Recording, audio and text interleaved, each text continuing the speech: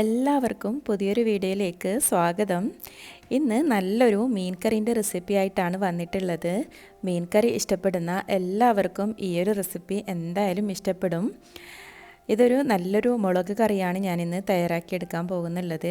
അപ്പോൾ ഇതെങ്ങനെയാണ് തയ്യാറാക്കിയെടുക്കുന്നതും ഇതിന് എന്തൊക്കെ ഇൻഗ്രീഡിയൻസ് ആണ് വേണ്ടതെന്നും നോക്കാം. ഇത് എൻ്റെ ഒരു ഫേവറേറ്റ് കറി കൂടിയാണ്. അപ്പോൾ ഇതിലൊരു സീക്രട്ട് ഇൻഗ്രീഡിയൻറ്റ് കൂടി ചേർക്കുന്നുണ്ട്. അപ്പോൾ അതും ചേർത്ത് ഈ ഒരു മീൻകറി തയ്യാറാക്കിയാൽ നല്ലൊരു ടേസ്റ്റാണ് മീൻകറിക്ക്. അപ്പോൾ കുക്കിങ്ങിലോട്ട് പോകാം. ഇതിനായി ഞാൻ ആദ്യം ഒരു ബൗളിലേക്ക് 2 ടേബിൾ സ്പൂൺ കാശ്മീർ ചില്ലി പൗഡറാണ് ഇട്ട് കൊടുക്കുന്നുള്ളത്. ഇത് 2 ടേബിൾ സ്പൂൺ ഫുള്ളായിട്ട് ഞാൻ ഇതുപോലെ എടുത്തിട്ടുണ്ട്. 1/2 കിലോ മീനിലേക്കുള്ള ഇൻഗ്രീഡിയൻസാണ് ഞാനിപ്പോൾ എടുക്കുന്നുള്ളത്. ഇനി അതോടൊപ്പം 1 ടേബിൾ സ്പൂൺ ഫുള്ളായിട്ട് മല്ലിപ്പൗഡറും കൂടി എടുത്തിട്ടുണ്ട്. ഇനി അല്പം മഞ്ഞൾപ്പൊടി കൂടി ഇട്ട് കൊടുക്കാം. ഇനി ഇതിലേക്ക് ഇളം ചൂടുവെള്ളം ഒഴിച്ച് ഇത് നന്നായി ഒന്ന് മിക്സാക്കി എടുക്കണം.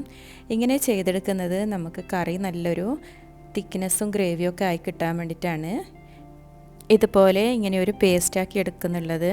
ഇതിപ്പോൾ എല്ലാം കൂടി നന്നായി ഇതുപോലെ ഞാൻ മിക്സാക്കി എടുക്കുന്നുണ്ട്. ഇനി ഇതിലേക്ക് ആവശ്യമാണെങ്കിൽ അല്പം വെള്ളം കൂടി ചേർത്ത് നല്ലൊരു പേസ്റ്റാക്കി എടുക്കാം. ഞാൻ കുറച്ചുകൂടി വെള്ളം ഒഴിച്ച് ഇത് വീണ്ടും ഒന്ന് ലൂസാക്കി എടുക്കുന്നുണ്ട്. ഇത് നന്നായി കട്ടിയായിട്ടുണ്ട്, അതുകൊണ്ടാണ് അല്പം കൂടി വെള്ളം ചേർത്ത് കൊടുത്തിട്ടുള്ളത്. ഇത് ഇളം ചൂടുള്ള വെള്ളമാണ് ഞാൻ ഇതിലേക്കിപ്പോൾ ഒഴിച്ചു കൊടുത്തത്. അങ്ങനെ ഇപ്പോൾ ഇത് നല്ലൊരു പേസ്റ്റായി കിട്ടിയിട്ടുണ്ട്. ഇനി ഇതൊരു സൈഡേക്ക് മാറ്റി വെക്കാം. ഇനി ഒരു ബൗളിലേക്ക് ഈ ഒരു അളവിൽ പുളി ഞാൻ എടുത്തിട്ടുണ്ട്. ഈ പുളിയിലേക്ക് അല്പം ചൂടുവെള്ളം ഒഴിച്ച് ഇതൊന്ന് സോക്ക് ചെയ്ത് വെക്കാം. അപ്പോൾ അതിൽ പുളിയൊക്കെ നന്നായി ഇറങ്ങി വരും. വാളൻ പുളിക്ക് പകരം കുടംപുളി വെച്ചും ഇത് ചെയ്തെടുക്കാം. ഇങ്ങനെ ഞാനിപ്പോൾ ഒരു മൺചട്ടി ചൂടാൻ വേണ്ടി വെച്ചിട്ടുണ്ട്. അപ്പോൾ മീൻ കറിയൊക്കെ തയ്യാറാക്കുമ്പോൾ മൺചട്ടിയിൽ തയ്യാറാക്കുന്നതാണ് നല്ലൊരു ടേസ്റ്റ്.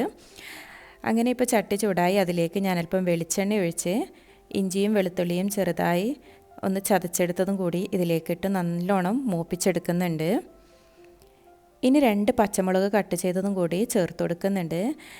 കാശ്മീർ ചില്ലി പൗഡർ എടുത്തത് കൊണ്ട് തന്നെ ഇതിന് വലിയ എരിവൊന്നും ഉണ്ടാവില്ല കറിക്ക്. അതിന് വേണ്ടിയിട്ടാണ് ഞാൻ 2 പച്ചമുളക് എടുത്തിട്ടുള്ളത്. അപ്പോൾ ഇത് വേണ്ട, ഇത്ര എരിവ് വേണ്ടാന്നുണ്ടെങ്കിൽ നിങ്ങൾക്കത് ഒഴിവാക്കാം. അതിലേക്ക് അല്പം കറിവേപ്പിലയും കൂടി ഇട്ട് നല്ലോണം ഒന്ന് മൂപ്പിച്ചെടുക്കാം. അതിനുശേഷം ഇതിലേക്ക് ഞാൻ ചെറിയുള്ളിയാണ് ചേർത്ത് കൊടുക്കുന്നുള്ളത്.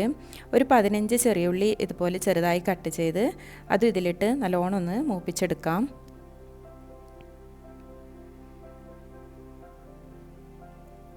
അങ്ങനെ ഇപ്പോൾ ഉള്ളിയൊക്കെ നന്നായി മൂത്ത് വന്നിട്ടുണ്ട്. ഇപ്പം ഞാനൊരു ചെറിയ ഗ്രേവിയിലുള്ളൊരു കറിയാണ് തയ്യാറാക്കി എടുക്കുന്നത്, അതുകൊണ്ടാണ് ഇത്രയും ഇൻഗ്രീഡിയൻസ് എടുത്തിട്ടുള്ളത്. അപ്പോൾ അളവൊക്കെ കൂടുതൽ വേണമെന്നുണ്ടെങ്കിൽ അതിനനുസരിച്ച് ഇൻഗ്രീഡിയൻസൊക്കെ നിങ്ങൾക്ക് മാറ്റിയെടുക്കാം. ഇനി ഇതിലേക്കൊരു ചെറിയ തക്കാളി കൂടി ഇതുപോലെ കട്ട് ചെയ്ത് ചേർക്കുന്നുണ്ട്.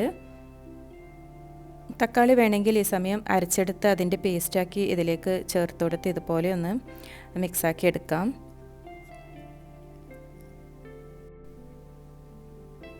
ഈ തക്കാളി വെന്ത് വരുന്നത് വരെ ഒന്ന് വെയിറ്റ് ചെയ്യാം. അങ്ങനെ ഇപ്പോൾ തക്കാളിയൊക്കെ ഏകദേശം വെന്ത് വന്നിട്ടുണ്ട്. തക്കാളിയൊക്കെ വെന്ത് നന്നായി ഒന്ന് ഉടഞ്ഞ് കിട്ടണം. ആ ഒരു ഇതുവരെ ഒന്ന് വേവിച്ചെടുക്കാം. ഇനി ഇതിലേക്ക് ചേർത്ത് കൊടുക്കാനുള്ളത് നേരത്തെ നമ്മൾ പേസ്റ്റാക്കി എടുത്തിട്ടുള്ള പൊടിയാണ്. മല്ലിപ്പൊടിയും മുളക് പൊടിയും മഞ്ഞൾപ്പൊടിയും മിക്സാക്കിയ കൂട്ടാണിത്.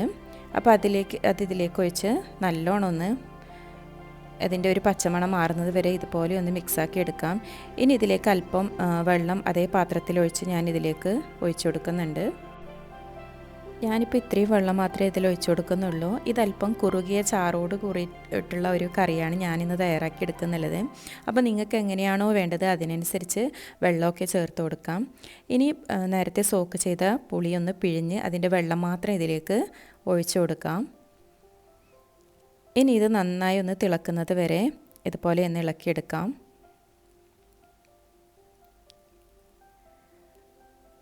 നല്ലൊരു എരിവും പുളിയൊക്കെ ഉള്ള നല്ലൊരു കറിയാണിത്. അപ്പോൾ ഇതുപോലെ നിങ്ങൾ മീൻകറി തയ്യാറാക്കിയിട്ടില്ലെങ്കിൽ എന്തായാലും ഇതുപോലെ ഒന്ന് ട്രൈ ചെയ്ത് നോക്കണം.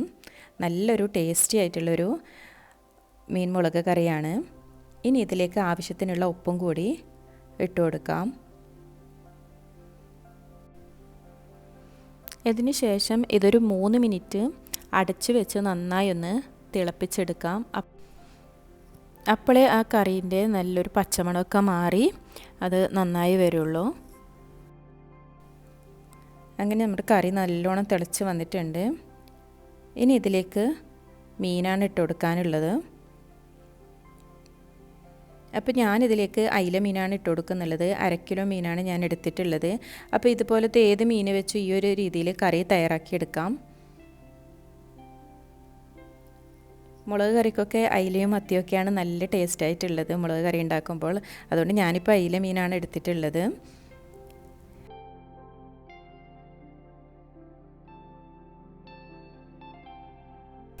ഓരോ മീൻ പീസും ഇതുപോലെ ഈ ഒരു കറിയിലേക്ക് ഞാനിതുപോലെ വെച്ച് കൊടുക്കുന്നുണ്ട്. ഇനി ഈ മീൻ തിളച്ച് വരുമ്പോൾ വെന്ത് വരുമ്പോൾ ഇതിൽ നിന്ന് നല്ലോണം വെള്ളം ഇറങ്ങി വരും. അപ്പോൾ കറി അല്പം കൂടി ലൂസായി കിട്ടും. ഇനി ഇതിലേക്ക് ചേർത്ത് കൊടുക്കാനുള്ളത് ഇതിലെ പ്രധാനപ്പെട്ട ഒരു ഇൻഗ്രീഡിയൻസ് ആണ്. ഇത് ഉലുവയും നല്ല ജീരകവും ചേർത്ത് പൊടിച്ചെടുത്തതാണ്. വറുത്ത് പൊടിച്ച ഒരു പൊടിയാണിത്. അപ്പോൾ ഇതാണ് ഈ ഒരു കറിക്ക് നല്ലൊരു ടേസ്റ്റും മണമൊക്കെ നൽകുന്നത്. അപ്പോൾ അതൊരു 1/4 ടീസ്പൂണും കൂടി ഇതിലേക്ക് ഇട്ട് കൊടുക്കാം. ഇനി മീനിനെ ഞാനൊന്ന് ഇതിൽ നിന്ന് തിരിച്ചിട്ട് ഇതുപോലെ ഒന്ന് കൊടുക്കുന്നുണ്ട്. അപ്പോൾ അതിൽ മസാലയിലേക്ക് നല്ലോണം ഈ മീൻ മുങ്ങി കിട്ടും. ഇതിലല്പം ഗ്രേവി കുറവായതുകൊണ്ട് തന്നെ മീൻ നല്ലോണം മുങ്ങിക്കിടക്കാൻ വേണ്ടിയിട്ടാണ് ഇങ്ങനെ ചെയ്തെടുക്കുന്നുള്ളത്. അപ്പോൾ പതുക്കെ ഇതുപോലെ ഒന്ന് മീൻ തിരിച്ചിട്ട് കൊടുക്കാം. അങ്ങനെ എല്ലാ മീനും ഇപ്പോൾ ഈ കറിയിൽ നല്ലോണം മുങ്ങിക്കിടക്കുന്ന രീതിയിലായിട്ടുണ്ട്. ഇനി ഇതൊന്ന് അടച്ച് ഒരു 5 മിനിറ്റ് ലോ ഫ്ലെയിമിലൊന്ന് വേവിച്ചെടുക്കാം. അങ്ങനെ ഇപ്പോൾ 5 മിനിറ്റ് ആയിട്ടുണ്ട്. കറിയൊക്കെ അല്പം ലൂസായി വന്നിട്ടുണ്ട്. മീനൊക്കെ നല്ലോണം വെന്തിട്ടുമുണ്ട്. അപ്പോൾ നല്ലൊരു മണമൊക്കെയാണ് ഈ സമയത്ത് വരുന്നുള്ളത്.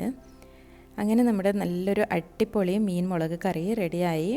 അപ്പോൾ ഇത്രയേ ഉള്ളൂ ഇന്നത്തെ റെസിപ്പി. അപ്പോൾ റെസിപ്പി ഇഷ്ടപ്പെട്ടാൽ ഒന്ന് ലൈക്ക് ചെയ്യാനും സപ്പോർട്ട് ചെയ്യാനും മറക്കരുത്. അതുപോലെ തന്നെ നിങ്ങൾ ഇതുവരെ ട്രൈ ചെയ്ത് നോക്കിയിട്ടില്ലെങ്കിൽ ഇതുപോലെ ഒന്ന് ട്രൈ ചെയ്ത് നോക്കുകയും വേണം. അപ്പോൾ പുതിയൊരു റെസിപ്പിയുമായി വീണ്ടും കാണുന്നത് വരെ താങ്ക് യു ഫോർ വാച്ചിങ്.